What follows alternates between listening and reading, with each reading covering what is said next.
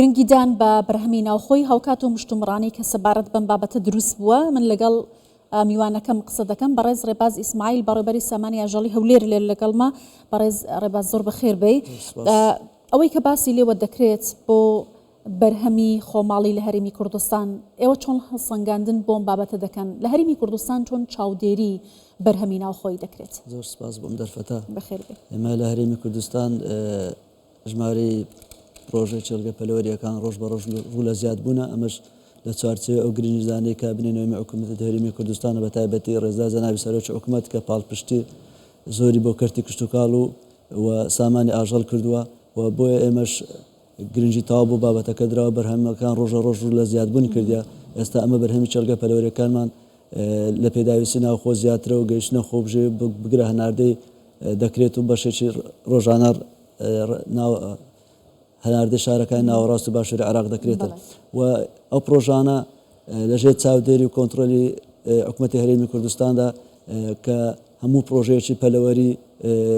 سەرپەرشتیارێکی هونەری و ڤێترنەری هەیە کە لە یەکەم ڕۆژی تەمەنی مشک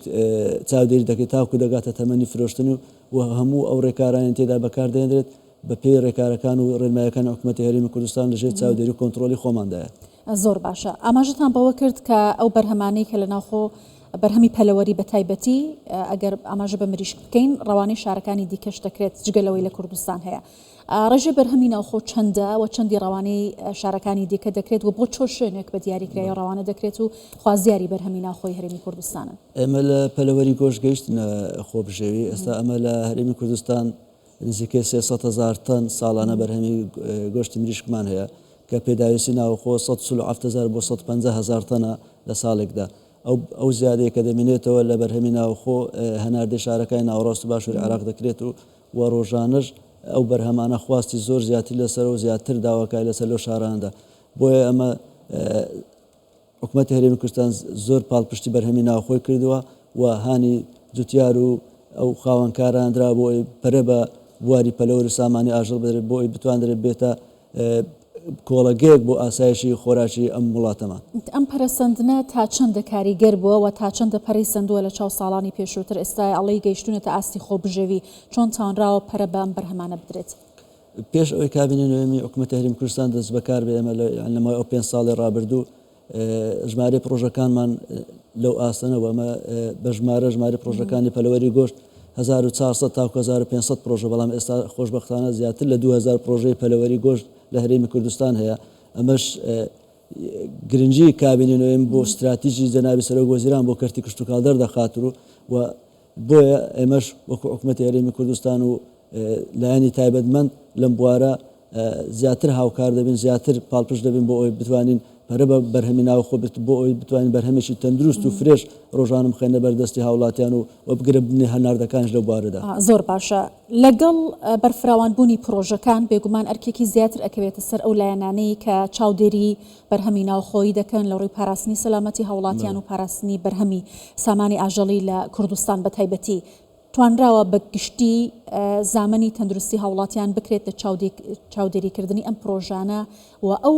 بەرهەمانەی کە لە ناوخۆی هەرێمی کوردستان بەرهەم دەهێنرێن لە سامانی ئاژەڵی و پەلەوەر و مریشک و بە تایبەتی لە کێڵگەکاندا. بڵێ ئەمە پرسیارێکی مهمە ئەمە لە بابەتی سامانی ئاژەڵی لە یەکەم ڕۆژ کە داخلی هۆڵەکانی پەروەردە دەکرێت پەلەوەری گۆشت ئێمە چاودێری دەکەن بەهۆی ئەو سەرپەرشتیارانە هونەریەکان و سەرپەرشتیاری ڤێترنەری هەیە تاکو دەگاتە بابەتی فرۆشتن پێش ئەوەی بفرۆشرێتن مریشک پشکنینی بۆ دەکرێتن ئینجا دەکرێتە بازار و ئەو پرۆژانەشی کە دەبن بۆ سەربڕخانەکانی خۆمان کە سەری دەبڕن مریشکی فرۆشتی ڕۆژان دەخەنە بازارەوە پێش سەربڕین پشکنین لۆ دەکرێت سەربڕخانەکان و دوای سەربڕینش بە هەمان شێوە پشکنی بەرکە بۆ ئەوی بتوانێت گۆشتێکی تەندروست و سەلامەت برێتە هاوڵاتی لەو بابەتە ئەمە دڵنیاینە گۆشتێکی زۆر تەندروست بە هاوڵاتی دەدرێت و ئەمە لە بواری ئالیچیش بە هەمان شێوە چاودێری هەموو کارەکانی ئالی دەچووکە سەتا هەفتای تێچووی پرۆژەکانی پەلەوەری ئالیکە و ئەو ئالیکە لە هەرێمی کوردستانیش بەرهەم ئالیکەش تەندروستە و بە پێی ستاندەردە جیهانیەکانە دڵنیان لەو بەرهەم و لەو کوالیتی بەرهەمی پرۆژەکانی خۆمان. باشە ئایا هیچ ڕێگریەک بۆ هەناردەکردنی بەرهەمی پەلەوەری لە هەرێمی کوردستان هەیە؟ پێشتر ڕێگریەکان زۆر بوو لەلایەن حکوومەتی عێراقی لە بازگەکان گرفتی زۆر بۆ ئەو خاوەن پرۆژانە دروست دەکرا و زۆر جار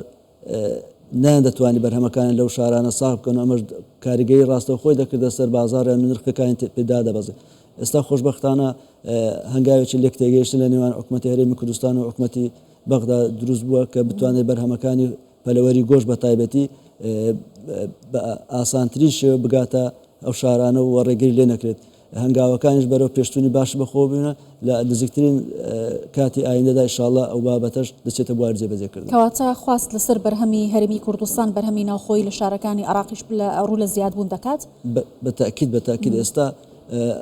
ئەوان دەیانەوێت لە ماوەکانی داهاتوو هاوردەی بەست و قەدەغە بکەن دەیانەوێت 130 پێداویستی ناوخۆیان بە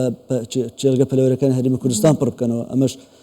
هەنگاوێکی باشە بۆ پرۆژەکانی خۆمان زیاتر پرۆژەکان دەبژێنەوە بگرێت دەبێتە هاندانێک بۆ بەرهێنانی زیاتر لە بوارە بکرێت و ئەمەش دەبێتە زیاتر پاراستنی ئاسایشی ناوخۆ و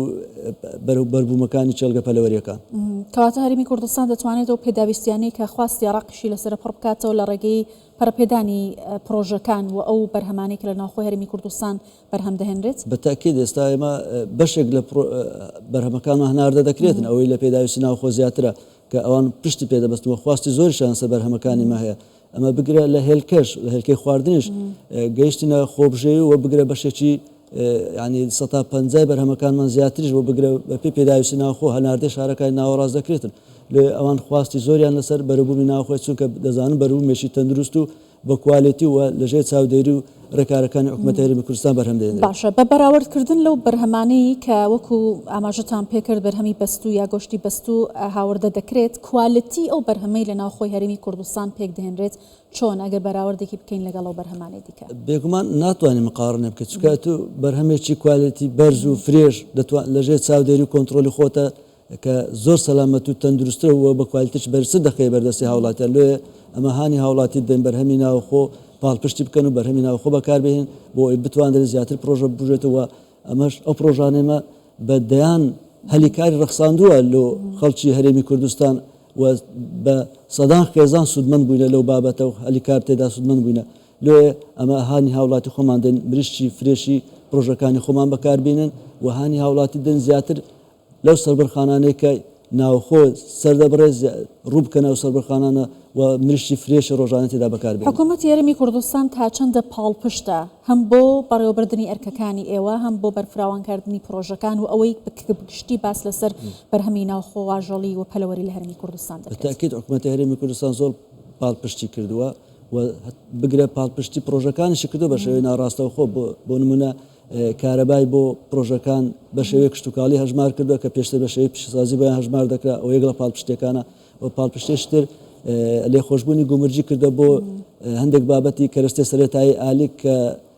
لە دەرەوە هاوردە دەکەی لێخۆشببوونی گومرجی ئەمەش وا دەکات نرخی ئالیک دابەزێت و چێڵەکانی پەلەوەری بتانن ئالیک بە نرخی کەمتر بەدەستی بگاتە. باشە زۆر سپاس دەکەم بەڕێز ڕێباز ئیسماعیل بەڕێوەبەری سامانی ئاژەڵی هەولێر. زۆر سپاس کە لەگەڵمان بووی. سپاس.